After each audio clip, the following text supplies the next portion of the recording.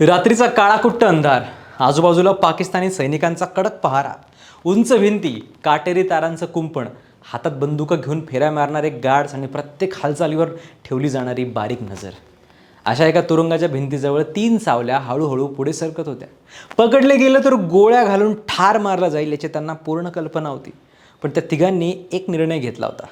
कैदेत बसून सुटकेची वाट पाहायची नाही, तर स्वतःच स्वातंत्र्य मिळवण्यासाठी लढायचं. त्या तिघांपैकी एक नाव होतं फ्लाईट लेफ्टनंट दिलीप परुळकर. भारतीय हवाई दलाचा हा पायलट पुढे अशी एक गोष्ट करून दाखवणार होता ज्याने पाकिस्तानी लष्करालाही हादरवून सोडलं आणि जी आजही भारतीय सैन्याच्या इतिहासातल्या सर्वात धाडसी पलायनांपैकी एक मानली जाते. काय आहे ही गोष्ट? हे पलायन करण्याची गरज एका भारतीय फ्लाईट लेफ्टनंटला का पडली? हा खऱ्या आयुष्यात घडलेला थरारपट कसा होता सांगतो. व्हिडिओ शेवटपर्यंत बघा. नमस्कार, मी संकल्प पाटील आणि तुम्ही बघताय लगाव बत्ती. डिसेंबर 1971 भारतीय उपखंडाच्या इतिहासात कायमचा कोरला गेलेला महिना. भारत आणि पाकिस्तान यांच्यात युद्ध सुरू झालं होतं. फक्त 13 दिवसात भारतीय सैन्याने पाकिस्तानला शरणागती पत्करायला भाग पाडला आणि जगाच्या नकाशावर बांगलादेश नावाचं नवीन राष्ट्र जन्माला आलं. भारतीय सैन्याच्या विजयाची चर्चा जगभरात सुरू होती. जवळपास 93,000 पाकिस्तानी सैनिक भारताच्या ताब्यात युद्धकैदी म्हणून आले होते. देशभरात विजयाचा जल्लोष सुरू होता. शहरांमध्ये मिठाया वाटल्या जात होत्या. सैनिकांच्या स्वागतासाठी लोक रस्त्यांवर उतरले होते आणि प्रत्येक भारतीय व्यक्ती अभिमानाने भारून गेला होता. पण या जल्लोषाच्या वातावरणात काही भारतीय सैनिकांसाठी युद्ध अजून संपलेलं नव्हतं, कारण ते अजूनही पाकिस्तानच्या जेलमध्ये बंदिस्त होते आणि त्यांना मायदेशी परतण्याची कोणतीही खात्री नव्हती. पण का? पुढे सांगतो. याच भारतीय सैनिकांमध्ये एक नाव होतं फ्लाईट लेफ्टनंट दिलीप परुळकर यांचं. भारतीय हवाई दलातले हे धाडसी वैमानिक त्या काळातल्या मॉडर्न मानल्या जाणाऱ्या सुखोई Su-7 या फायटर विमानाचे पायलट होते. 1971च्या युद्धात भारतीय हवाई दलाची भूमिका खूप महत्त्वाची होती. पाकिस्तानच्या हवाई तळांवर, रडार सेंटर्सवर, दारुगोळा साठवण्याच्या केंद्रांवर आणि लष्करी छावण्यांवर अचूक हल्ले करण्याची जबाबदारी भारतीय पायलट्सवर होती. ही कामगिरी फार धोकादायक होती, कारण अनेकदा विमानं जमिनीच्या अगदी जवळून उडवावी लागत होती. अशा वेळी शत्रूच्या अँटी एअरक्राफ्ट तोफा सतत आकाशात आग ओकायच्या आणि एक छोटीशी चूकसुद्धा जीवावर बेतू शकत होती. अशाच एका मोहिमेदरम्यान दिलीप परुळकर यांना पाकिस्तानमधल्या शोरकोट रोड हवाई तळावर हल्ला करण्याची जबाबदारी देण्यात आली होती. मोहिमेची सुरुवात व्यवस्थित झाली होती. भारतीय विमानं टार्गेटच्या दिशेने झेपावत होती.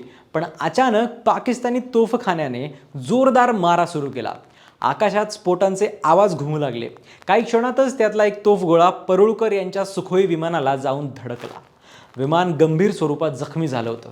काही सेकंदातच ते कोसळणार हे स्पष्ट होतं. अशा वेळी अनेक जण घाबरले असते, पण एका पायलटचं खरं धैर्य अशाच वेळी दिसून येतं. परुळकर यांनी थोडा वेळ न दवडता इजेक्शन सीटचा वापर केला आणि विमानातून बाहेर उडी मारली. ते सुरक्षितपणे जमिनीवर उतरले खरे, पण त्यांच्या पायाखालची जमीन भारताची नव्हती, ती पाकिस्तानची जमीन होती. काही क्षणातच पाकिस्तानी सैनिकांनी त्यांना वेढा घातला. त्यांना अटक करण्यात आली आणि युद्धकैदी म्हणून एका कडक सुरक्षा असलेल्या छावणीत पाठवण्यात आलं. युद्धकैद्यांचं आयुष्य किती कठीण असतं याची कल्पना आपण आज चित्रपटांमध्ये पाहतो, पण वास्तव त्यापेक्षा कितीतरी जास्त पटीने कठोर असतं. सतत चौकशी, हालचालींवर निर्बंध, मानसिक दबाव आणि भविष्याबद्दलची अनिश्चितता, या सगळ्यांचा सामना प्रत्येक कैद्याला करावा लागत होता. युद्ध संपलं होतं, पण हे सैनिक अजूनही युद्धाच्या सावलीतच जगत होते. तुरुंगातले दिवस जसजसे पुढे जात होते तसतसा एक प्रश्न जास्त मोठा होत होता. आपण पुन्हा भारतात परतू शकू का? कारण युद्धबंदी जाहीर झाली असली तरी युद्ध कैद्यांची सुटका कधी होईल याची कोणतीही खात्री नव्हती.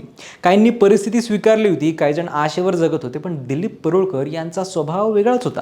ते फक्त वाट पाहणाऱ्यांपैकी नव्हते. त्यांनी तिथेच एक निर्णय घेतला, तिथून बाहेर पडण्याचा. या काळात त्यांची भेट झाली 2 भारतीय अधिकाऱ्यांची, फ्लाईट लेफ्टनंट MS ग्रेवाल आणि फ्लाईंग ऑफिसर हरीश सिंग. या तिघांनी मिळून पाकिस्तानच्या तुरुंगातून पळून जाण्याची कल्पना मांडली. वरवर पाहता हा विचार वेडेपणाचाच वाटत होता, कारण पकडले गेल्यावर गोळ्या घालून ठार मारलं जाऊ शकत होतं. पण जितका वेळ तुरुंगात राहू तितकीच सुटकेची शक्यता सुद्धा कमी होत जाईल, असा विश्वास परुळकर यांनी त्यांच्या सहकाऱ्यांना दिला आणि मग सुरू झाली तयारी. अनेक आठवडे या तिघांनी तुरुंगातल्या प्रत्येक गोष्टीचा अभ्यास केला. कोणता गार्ड किती वाजता येतो, कोणत्या वेळी पहारा कमी असतो, कोणत्या मार्गावर प्रकाश कमी असतो, सुरक्षेतले कमकुवत दुवे कोणते आहेत याची बारकाईने नोंद ठेवली गेली. हे फक्त एक पलायन नव्हतं, तर एखाद्या गुप्तचर मोहिमेसारखंच नियोजन होतं. त्यानंतर त्यांनी पाकिस्तानातल्या स्थानिक लोकांचे कपडे, त्यांची वागणूक, बोलण्याची पद्धत आणि उर्दू भाषेत वापरले जाणारे शब्द यांचाही अभ्यास सुरू केला. कारण जेलमधून बाहेर पडणं ही फक्त सुरुवात होती. खरी परीक्षा त्यानंतर सुरू होणार होती. सगळ्यात मोठा प्रश्न होता की पळून गेल्यानंतर जायचं कुठे. भारतात डायरेक्ट परतणं जवळपास अशक्य होतं.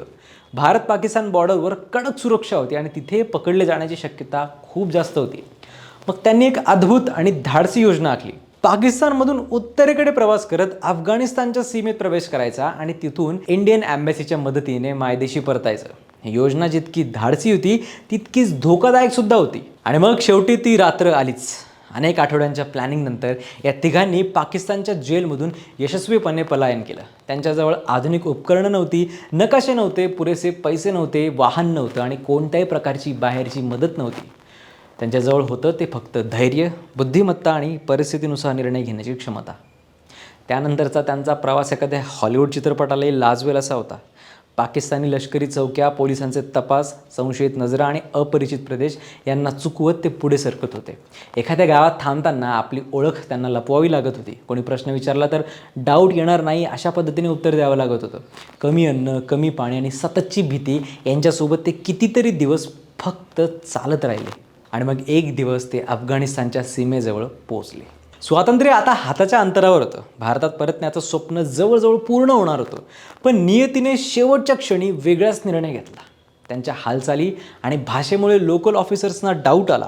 चौकशी झाली आणि शेवटी त्यांची खरी ओळख उघड झाली. अफगाण सीमेपासून काही किलोमीटर अंतरावरच त्यांना पुन्हा अटक करण्यात आली. वरवर पाहता ही मोहीम अपयशी ठरली होती, पण प्रत्यक्षात ती भारतीय सैन्याच्या इतिहासातल्या सर्वात धाडसी घटनांपैकी एक ठरली. शत्रूच्या देशात कोणतीही मदत नसताना जेल फोडून शेकडो किलोमीटरचा प्रवास करत इंटरनॅशनल बॉर्डरपर्यंत पोहोचणं ही स्वतःमध्येच एक ऐतिहासिक कामगिरी होती. या घटनेने पाकिस्तानी लष्करालाही हादरवून सोडलं होतं. पण मग प्रश्न उरतो की पुन्हा अटक झाल्यानंतर दिलीप परुळकर यांची सुटका नक्की झाली की नाही. तर 1972 शिमला करारानंतर भारत आणि पाकिस्तानमध्ये युद्ध कैद्यांची अदलाबदल सुरू झाली आणि तेव्हा शेवटी दिलीप परुळकर आणि त्यांच्या सहकाऱ्यांची सुखरूप सुटका झाली.